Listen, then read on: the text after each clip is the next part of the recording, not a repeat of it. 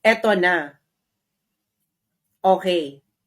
Alam niyo naman yung nangyari doon sa hearing, hindi ba? Ngayon, ang isa nilang pinoint out doon, yung pumunta na seminar ng mga media at mga social media personality sa China ng 2023. 2023 ba to? At of course, it was a China-sponsored one. And I know that seminar. It is just a seminar wherein they learn about Chinese media, bit of Chinese history, etc. So ipapakita ko sa inyo tong ABS-CBN. Ganito ang kanilang spin. At itong pari na ito, padala nyo to sa kanya ng mabulunan siya sa kanyang kaignorantehan at kaipokritohan. Now, here it is. Papakita ko sa inyo para may context. So, i-share nyo na ito. Okay. So, eto yon, di ba? Ang sabi niya, China-funded seminar for Filipino social media influencers, ex-PCO chief admits. Tapos sabi niya, inamin ng ilang social media influencers na dumalo sila sa isang state-sponsored seminar ng China. And ito namang pari na to, si Father Ranhilio Calangan Aquino, ang isa sa mga makabagong Padre Damaso. Sabi niya, is this genuine news? ABS-CBN News si Ate? Ateng, huwag tayong mag-aklaan. If it is, it shows the reach of treachery. Alam niyo yung mga colonial era. Di ba? Wala kasi akong pamaypay. Sandali, may pamaypay ako. Parang eksena ni Father ganito. Nung nabasa niya siguro tong ng ABS-CBN, parang napag ganito siguro si Father. Oh my God! Is this genuine ABS-CBN news? If it is, it shows the reach of treachery. Ganyan. Diba? Ulitin natin. Oh my God! Totoo ba itong balita na ito, ABS-CBN? Kung totoo ito, oh my God! It shows the reach of treachery. Diba? Ganyan? Padre Damaso? Aminin niyo. Ulitin natin. Oh my God! Ay nako. Is this out of normality? No. In fact, ipadala nito kay Father Aquino, no? Makabagong Padre Damaso. Okay. In fact,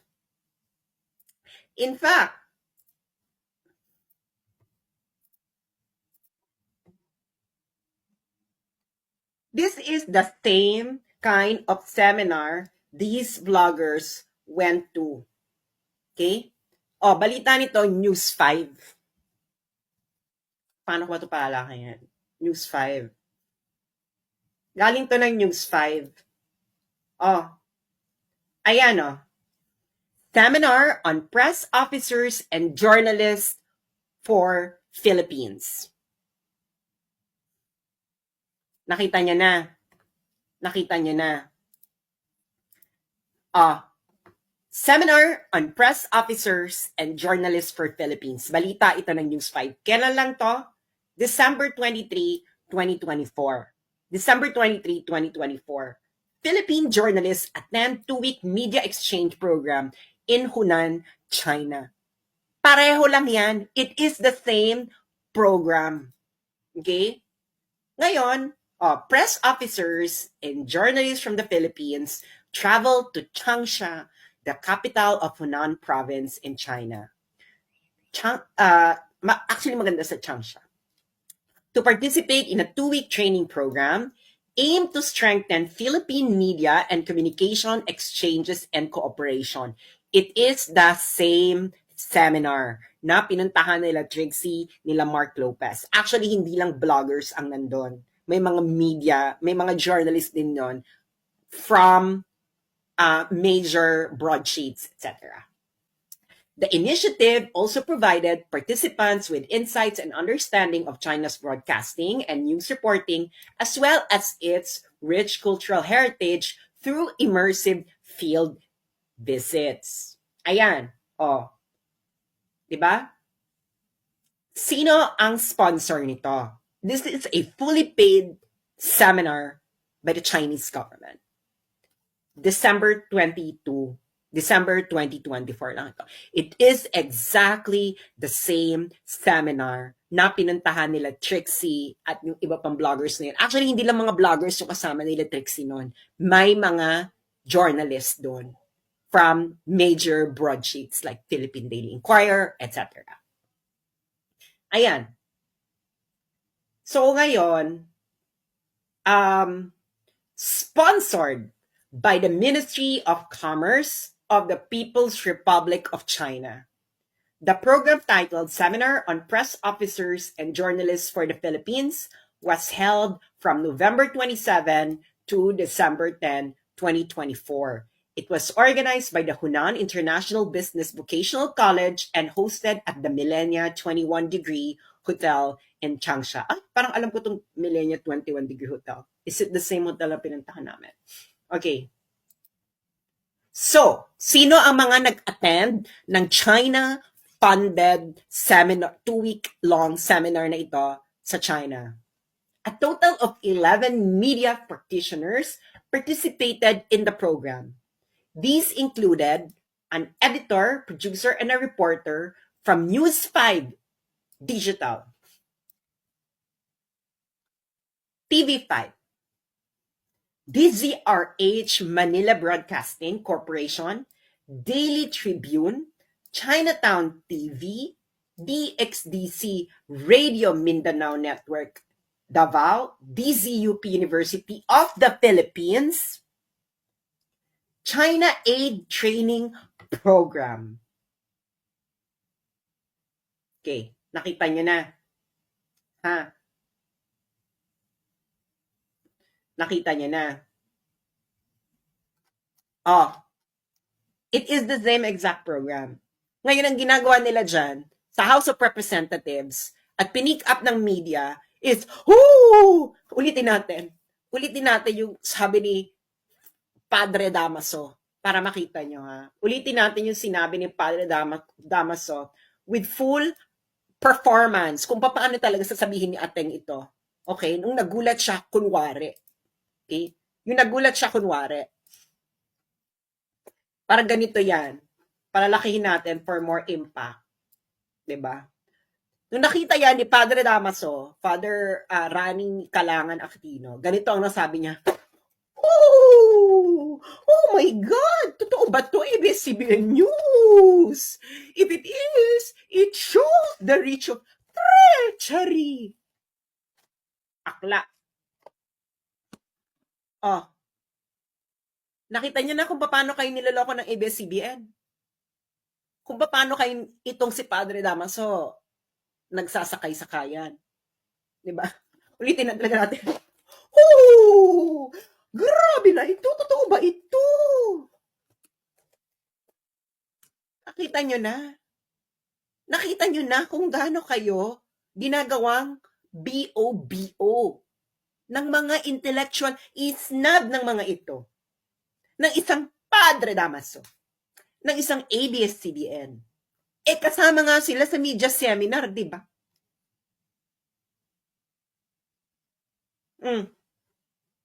Ano? Maglolokohan pa tayo? Ito pa lang yung December 2024 kasi regular yan eh. Regular yang eksena na yan. Yung seminar na yan, sponsored by China. O, ulitin natin sa mga kakarating pa lang.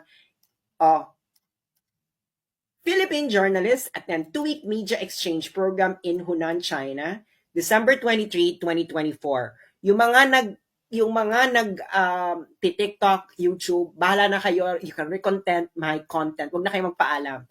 Spread the revelation of hypocrisy.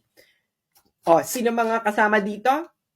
Sponsored by the Ministry of Commerce of the People's Republic of China na 2-week event sa Changsha, All expenses paid. DZRH, Manila Broadcasting Corporation. DZRH is ABS-CBN, di ba? Oh, ano ka ngayon? Padre Damaso. May karapatan ka, dapat mangumpisal ka sa bayan. Nagkakasalak. Ikaw ang, the extent of the treachery. Aklak. Tigilan mo ko. Di ba? Oh, sino nagbalita nito? News 5. Oh, ayan ang picture. Oh. Ang kakapal ng mga mukha ninyo. Kaya, wag na kayong umattend ng hearing na yan. Dahil ganyan lang ang ginagawa sa inyo. Bahala kayo. Gagawin lang kayong pang-engagement ng mga media. Hindi ito, sige nga, explain nyo yan. Sponsored by the Ministry of Commerce of the People's Republic of China. Sila mga participants sa all expenses paid by the Chinese government. 11 media practitioners, included an editor, producer, and a reporter from News 5 Digital, TV5, DZRH Manila Broadcasting Corporation, Daily Tribune, Chinatown TV, DXDC Radio Mindanao Network, and DZUP University of the Philippines. What kind of hypocrisy is this? Yung page po ni Tio hindi nawala, nag-deactivate lang siya kasi nga nag-mass reporting sila right now. So parang iwas gurgur, ganyan. So ngayon, ano na ngayon kayo? Na-expose na naman kayo ang inyong kaipokrituhan. Kaya gusto nyo akong, you would like to physically eliminate me. December 2024 yon, di ba? Okay. Baka naman kasi, dapat Father Rani Aquino, dapat consistent ang performance, ha? Pag nakita mo to na, the extent of the treachery. Dapat ganun din. Ha? Okay, meron pa? Sinabi ko na nga sa inyo, this is a regular program. Okay. Ito na, papakita ko na. Ngayon,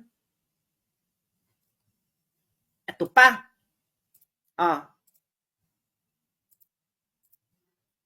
Sinong reporting nito? Philippine News Agency. So, Government of the Philippines. Kailan lang to? March 2, 2023. More than 60 journalists joined China's exchange program. More than 60 media practitioners from more than 50 countries, including the Philippines, are joining the China-Asia Pacific Press Center's exchange program for 2023 that began on Thursday. Sino naman ang nag-funding nito? China-funded.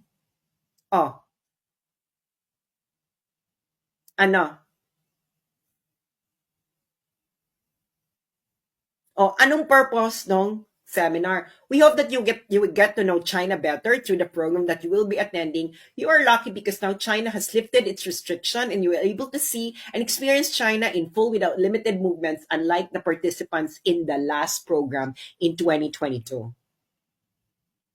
So, it is the same program. China-funded. Ngayon, etong mga mainstream media na ito, bakit kayo nagtataka na meron nun? Nagpa-participate kayo dun eh. Or baka naman, gusto nyo, mas solo nyo. Baka naman kasi mga legitimate journalists, gusto nyo ring masolo yung China-funded seminar sa China. Huwag na tayo magplastikan. Ayaw nyo ng competition. Nagpa-participate kayo eh. Ilang beses na. May 2022, may 2023, may 2024. Tapos nagulat kayo doon sa same seminar na pinuntahan nila Trixie, Mark Lopez, at may kasama rin sila doon na mga journalists from major broadsheets. Ano na ngayon? So, sino ngayon ang nagsisinungaling? Di Committee Against Disinformation, yung mainstream media na naman nagsisinungaling. At ginagawa sila ng issue. Kaya, alam nyo, sabi nung kalbo na professor, ang hinihintay na lang niya, ang gusto daw niya hintayin yung magna cum laude. Eto na. Alam mo, hindi ako magiging magna cum laude, Professor Contreras, kung sasakyan ko yung amats nila. Alam ko yung amats nila. So, yun na nga lang. Problema nila is, kaya kung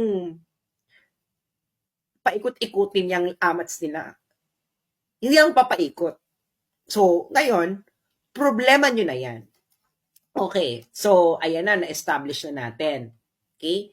Na ang Philippine mainstream media, mahilig din silang pumunta sa mga China-funded. Okay. Okay. Ngayon, sino ngayon ang nagwo-worry sa mga China-funded na seminars? Who? Sino talaga? Sino talaga? US.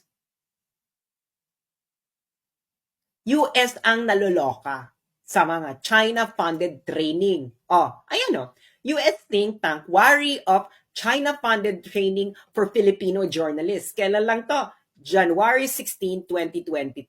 So ito photo from the Philippine News Agency, participants in a China-sponsored media training workshop post for a picture. May 18, 2019. So matagal lang nangyayari ito. Ito naman ayan si Tio.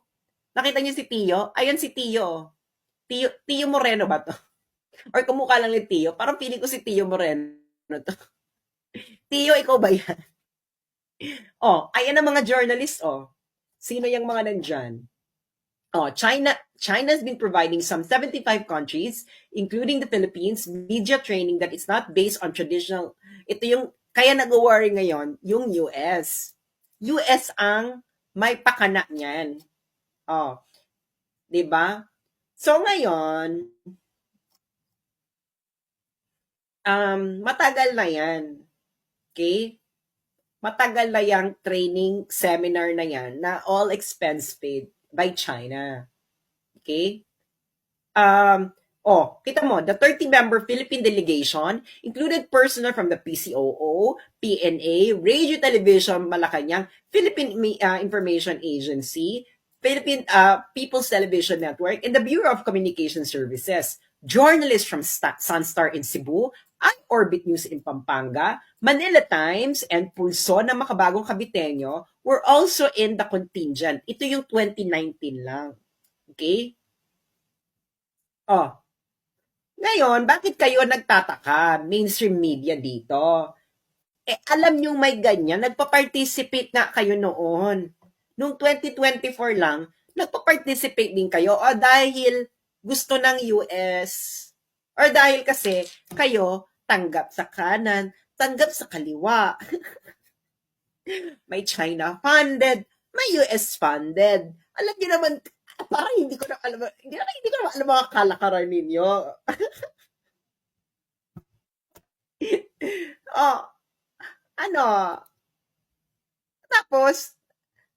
Tapos biglang, extended treachery. Ganun si Padre Damaso. Ano yun? So, alam natin kung kanino galing yung propaganda na yon. Di ba? Di ba? Ano? Ay, nako. Sabi ko na sa inyo eh. Di ba? I am telling you, pinaglololoko kayo nito. Nangyari na sa atin to ng 2016, nangyari na sa atin to ng panahon ni Digong, na ang mainstream media, pinagloloko tayo. Pinagloloko rin tayo ng mga intellectual elite sa Pilipinas. Katulad ni Father Rani Aquino, na extent of treachery. Totoo ba to? ABS-CBN? Ulitin natin for more impact. Yung sinabi ni Father Rani Aquino. Ang tawag sa kanya ng kanyang mga estudyante is Father Rani. Okay. Is this genuine ABS-CBN news? If it is, it shows the reach of treachery. Kahit yung ABS-CBN, DZRH, nag-participate. Diba? Ulitin natin, naalo sila sa pamaypay. Oh my God! Grabe ito, ABS-CBN! It shows the reach of treachery. Ano? Nakita nyo na? Kung paano pinaiikot-ikot ng ABS-CBN, tanggap sa kaliwa, tanggap sa kanan. Ganyan sila. So sila, nagjo-join din sila ng mga China state-sponsored seminar. Mga journalist ng ABS-CBN. Nakita nyo naman, DZRH, kasama. Doon sa, nung 2024. Ay, syempre, may 2023, may 2022, may 2020, nung pandemic, wala. Nung panahon ni Duterte, marami yan. 2019, 2018, 2017. Marami silang nakapunta, nag-enjoy ng China-sponsored summit, media seminar. So yung isa sa mga pinaka-latest, noong December 2024. Okay? December 2024. Yung pinakita ko sa inyo. Diba? Nakita nyo na, diba? December 2024. Ulitin natin for more impact. Nang lalong mabulunan si Father Damaso. Okay? Nang mabulunan si Father Damaso na ride on. Dahil wala ka ng relevance.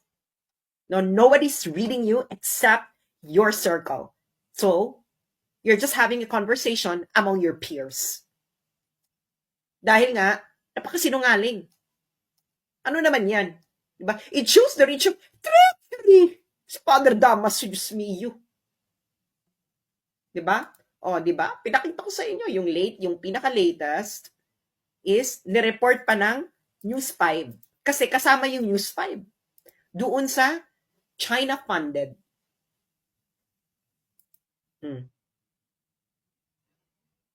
Ayan. News 5. Nung December 2024 lang to. Ito yung pinaka-latest. The same seminar na inattenda nila Trixie. Pero yung na Trixie, I think it was 2023 or 2022. I cannot remember. So, diba? 2-week media exchange program. The same. Sino ang sponsored? Sponsored by the Ministry of Commerce of the People's Republic of China. Sino mga participant? 11 Filipino media practitioners, editor, producers, and a reporter from News 5 Digital, TV5, DZRH, which is ABS-CBN, Daily Tribune, Chinatown TV, DXDC Radio Mindanao Network Davao, and DZUP University of the Philippines. So ngayon, sino ang naglolokohan? Sino ang nanloloko ng bayan? Nahuli ko na naman kayo. Okay. At ngayon, ang pinaka-closing salvo natin, dahil gusto ko na rin matulog, 2:00 na. Pinaka-closing salvo natin. Thank you sa mga nagpapadala ng tip. I appreciate it kahit yung iba pinapadala is 2 pesos. That's a huge thing. Okay? That's a huge thing dahil this is a people-sponsored blog. Dahil ako, ang aking utang na loob ay sa aking mga readers who have been there behind me, beside me, on top of me. Charot. Wala namang on top. Hindi ako pumapatol sa mga readers. Ang aking utang na loob ay akin sa mga readers. Kaya maraming salamat sa mga nagpapadala ng tip. I appreciate it kahit 2 peso, meron pa nga nagpapadala ng piso. Wala akong pakialam.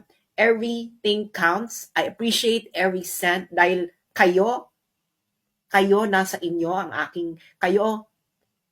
sa inyo ako may utang na loob. I will never be here in where I am right now if not for every single bit of you who supported me since I started in 2016. Na nakitawa sa akin, nakibaldaguran, ano pa ba? nakipag-elyahan, charot, nakipag-alindogan, ano pa ba? Nakipag-tsuktsakan. Wala mo na tsuktsakan. Ako pumadol sa mga readers. Hindi ba? So maraming salamat. Nasa inyong aking utang na loob. Kaya hindi ko kayo may iwanan. No? Kahit gusto ko man, hindi ko kayo may iwanan. Kasi a lot of you, I'm returning the favor. I will not be here. I will never be in where I am right now, stage of my life. If not for every single of you who believed in me. Sabi nga ni Catriona Gray, ano yung sabi ni Catriona Gray? I am here today because someone believed in me. Anyway, so, kayo yon. Nasa inyong utang na loob ko. Nasa mga Duterte ba? Well, not really. It's really with the people. Di ba? Kaya nga kung may hinaing kayo laban sa mga kahit gusto nyo sabihin sa mga Duterte, sinasabi ko na, hey, your followers are not appreciating what you're doing. Ganyan. Kasi kayo ang talagang tunay na backbone ng mga social media influencer. Ako lalo na ako kasi wala akong sponsor. Hindi rin Facebook ang backbone ko kasi demonetized ako. So sino talaga ang nasa likod ng aking success? Every one of you, every one of my reader, no? Kayo talaga ang aking pillar and light, and minsan kalandian. Charot. So, nandiyan talaga kayo. So, sa inyo ang aking utang na loob. Kaya nga ako, pag nakikita ko yung mga readers ko, nakikipag-usap talaga ako sa kanila. Kahit minsan talaga pagod ako. Because kayo talaga ang nasa inyo ang utang na loob ko. Not with any politicians, not with anything. The people. So ngayon, pupunta na ngayon tayo sa closing salvo. Okay. Sinabi ko na to no? 2023. Karating ko lang dito ng Beijing. Alam niyo naman dito ako nag-aaral, di ba? I'm taking a PhD here in Beijing. I never hid that fact. Bakit ko may tatago? Anong may kakahiya ko? Kayo mahiya. Wala kayong napuntahan sa buhay. Anyway. And then, sa lahat ng universities sa China or sa mundo, loka ako. Kasi may isang Pilipino rin na nag-aaral dito. Pero masters. So, nagkakilala kami ng Pilipino. Masters yung inaaral niya. Ako PhD. Tapos one time, tumakbo siya sa akin. Sis! Sabi ko, bakit? Ano na naman yan? Parang si Padre Damaso. Alam mo kung sino prof namin sa subject na to? So, first day nila yung subject na yun. Sabi ko, sino?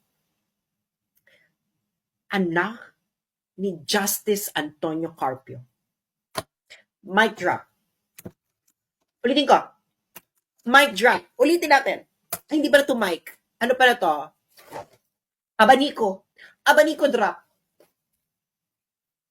Anak ni Justice Antonio Carpio. Professor dito. Kung saan ako nag-aaral ngayon. Ng PhD. At ano itong university na to? This is a public university. So it is a China-funded university. So yung anak ng Justice Carpio, alam mo kung since kailan pa nagtuturo dito, sumusweldo sa isang China-funded university? Since 2012. Since 2012! Hindi ko na lang sasabihin ng pangalan, no?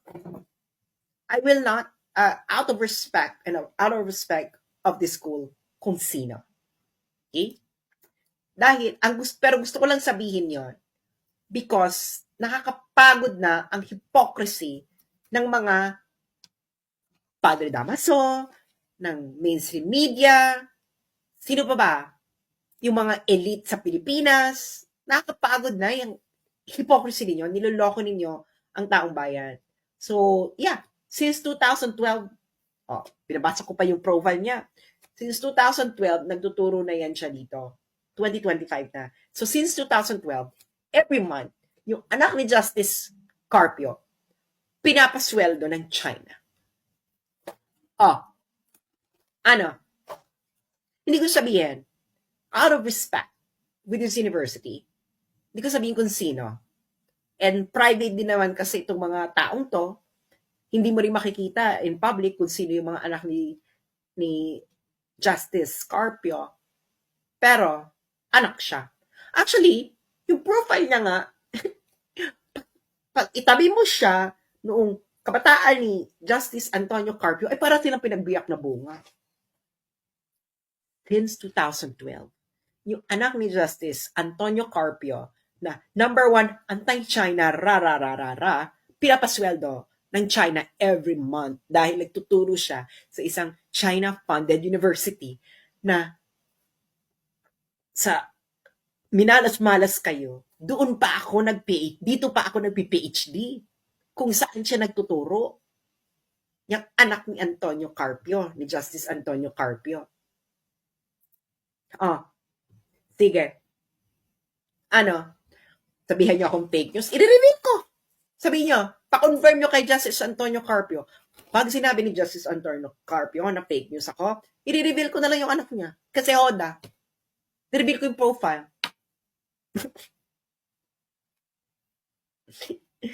Ano? Sino ngayon? Sino ngayon ang hypocrite?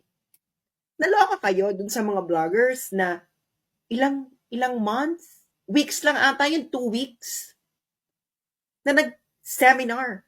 China funded. 2 weeks. Oh my God. Sabi ni Father Aquino. Treachery. Ano magkatawag mo doon? Sa anak ni Justice Antonio Carpio na nagtuturo dito. Professor sa university na kung saan ako nagpi-PhD dito sa Beijing. China funded din itong university. Public ito. So China funded ang anak ni Justice Antonio Carpio. Every month. Sumusweldo siya. Every month. Since 2012. Hindi ba mas malala yun? Mas malala ba yun? Yes or no? Mas malala ba yung every month kang sumusweldo sa China dahil nagtuturo ka sa isang public university na pinapatakbo ng Communist Party of China? Lahat naman ng public institution dito sa China, pinapatakbo ng Communist Party of China. So, sumusweldo siya sa Communist Party of China. Ang anak ni Justice Antonio Carpio, every month, since 2012. So, sino ngayon? Kung treachery pala na umattend ng isang China-sponsored event katulad ng ginawa nila Trixie na 2 months lang, so hindi ba treachery yung sumusweldo ka every month since 2012? As a professor sa isang university na pinapatakbo ng Chinese government and of course by the Chinese Communist Party dahil lahat ng institutions, public institutions dito in China, pinapatakbo ng Communist Party of China because it's a socialist state.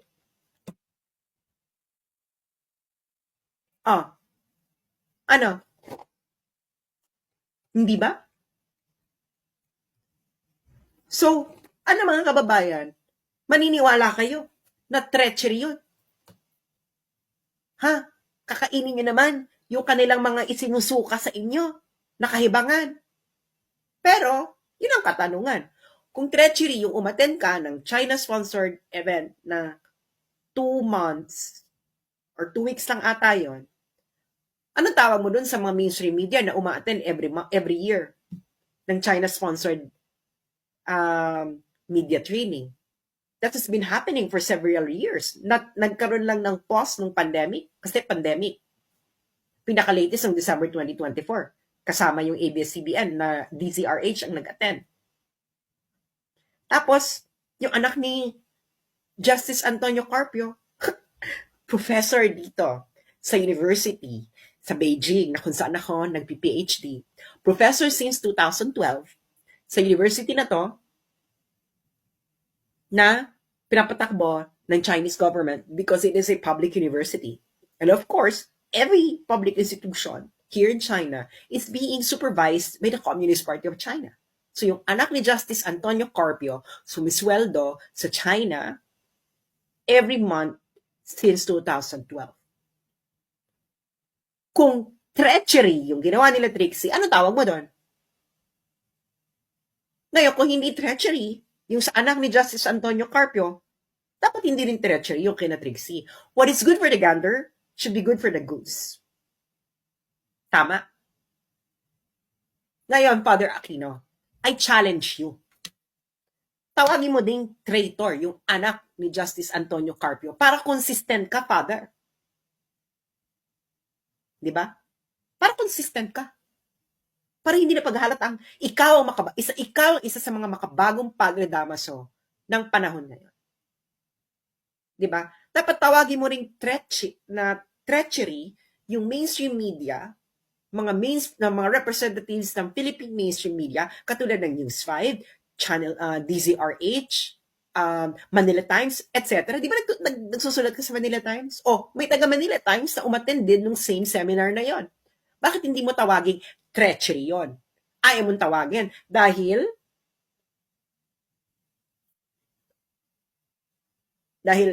wala sa narrative mo? Akla? Nag-aaklaan tayo dito, mga akla? Kayo mga akla, comment. Nag-aaklaan tayo? Ha? Aklaan? Oh, bakit hindi matatawag mong treachery? Oh. Ano? Diyos mio, tigilan niyo ako. Diba? Hindi niyo ako magpapaikot-ikot.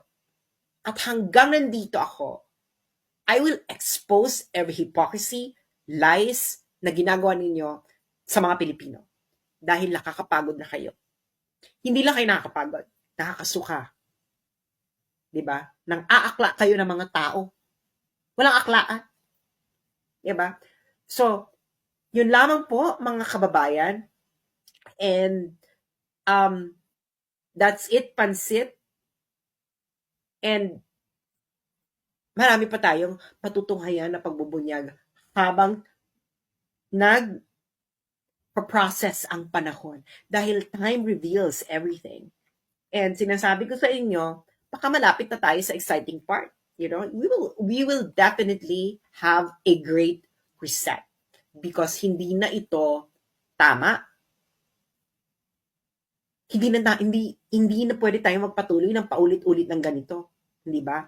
So, manalig kayo and we will expose one hypocrisy after another hypocrisy. At hindi nila tayo mapipigilan. Okay? Hindi nila tayo mapipigilan dahil hindi nga nila napigilan si Tebes. Charot. Anyway, maraming salamat sa inyo. And matulog na kayo. Charot, yung mga nasa Pilipinas, matulog na kayo. And of course, sa mga nasa ibang bansa, guys, kahit hindi kayo, ito pala, gibilan, malapit ang birthday ni PRRD. Kahit sana, hindi kayo umattend ng rally, kahit yung family nyo man lang, magkaroon man lang ng, or yung relatives ninyo or barangay nyo man lang, magkaroon ng mini March 28 solidarity. Mag-green po tayong lahat. Okay? Kahit sa bahay nyo lang, sa barangay. Kahit hindi kayo umattend ng malaking rally. Of course, kung umattend kayo ng malaking rally, mas maganda. Pero kahit sa mga bahay nyo lang, etc., para pakita natin na we will paint the whole world green. So maraming salamat po sa inyo.